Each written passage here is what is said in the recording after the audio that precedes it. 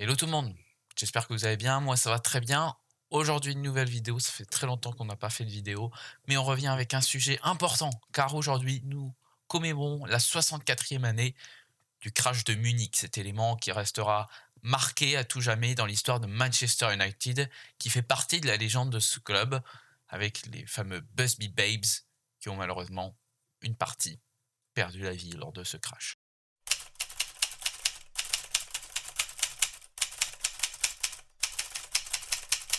En ce début de mois de février 1958, l'équipe de Manchester United voyage vers Belgrade pour jouer le match retour de la demi-finale de la Coupe d'Europe des clubs champions contre l'Étoile Rouge de Belgrade. Après un match nul la veille, 3-3, les Busby Babes vont prendre l'avion. Après une escale à l'aéroport de Munich-Rahem pour ravitailler en carburant, l'avion doit repartir à destination de Manchester. Mais le vol 609 de British Airways n'arrivera jamais à destination. Les deux premières tentatives pour faire redécoller l'avion sont un échec. Au troisième essai, c'est le drame. Ayant pris trop de vitesse, l'avion ne peut éviter de percuter une maison et un entrepôt de carburant. En cette journée la plus sombre de l'histoire du club de Manchester United, 23 personnes, dont 8 joueurs et 3 membres du staff, meurent dans le crash ou à la suite de leurs blessures. Le 6 février 1958, le crash des Busby Babes de Manchester United passe en boucle à la télévision. Quelques heures à peine après l'accident, les images montrent la carcasse fumante de l'Airspeed Ambassador sous la neige, le travail des pompiers, des infirmiers, les larmes des survivants, puis des images de Sir Matt Busby sur son lit d'hôpital. Ces images resteront marquées dans les esprits. 2 ans seulement après le drame, on entendit au cours d'un match de Manchester City les premiers chants Munich, Munich.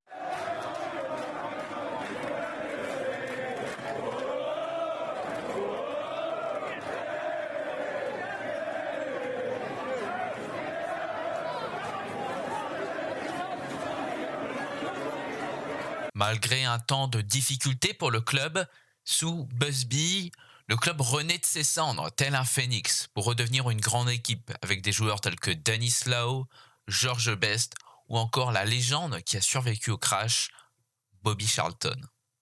Plus tard, la Grande-Bretagne ouvre une enquête et démontre, grâce à plusieurs témoignages et de nombreuses investigations, que la cause du crash était bien la neige sur la piste. Mais l'aéroport allemand rejette plutôt la faute sur les Britanniques.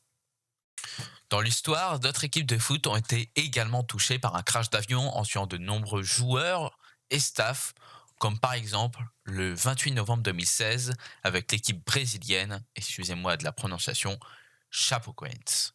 Le 27 avril 1993, l'équipe nationale de la Zambie ou encore le 4 mai 1949 avec l'équipe du Torino. En 2022, nous commémorons la 64e année de ce drame. Le crash de Munich restera une étape importante dans l'histoire de Manchester United. Et nous avons toujours des traces aujourd'hui de ce drame, notamment dans les chants de supporters au sein de Old Trafford, mais aussi de la part des clubs rivaux. Vendredi, les Red Devils n'ont pas commémoré comme il se doit ce drame en s'inclinant contre Middlesbrough en FA Cup au penalty. Il faudra se rattraper absolument lundi 8 février 2022 contre Burnley à Turf Moor pour le compte de la 24e journée de Première Ligue de la saison 2021-2022. J'espère que la vidéo vous a plu. N'hésite pas à partager et à lâcher un petit like et surtout à t'abonner. N'hésite pas à aller me suivre sur Twitter et sur Twitch car je prends du rythme sur Twitch. Je fais plus de contenu sur Twitch. Enfin, je fais plus.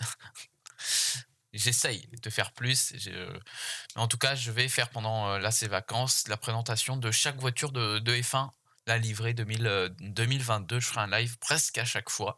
Donc n'hésite pas à me retrouver. Tout cela est en description. Allez, passe une bonne soirée. À plus.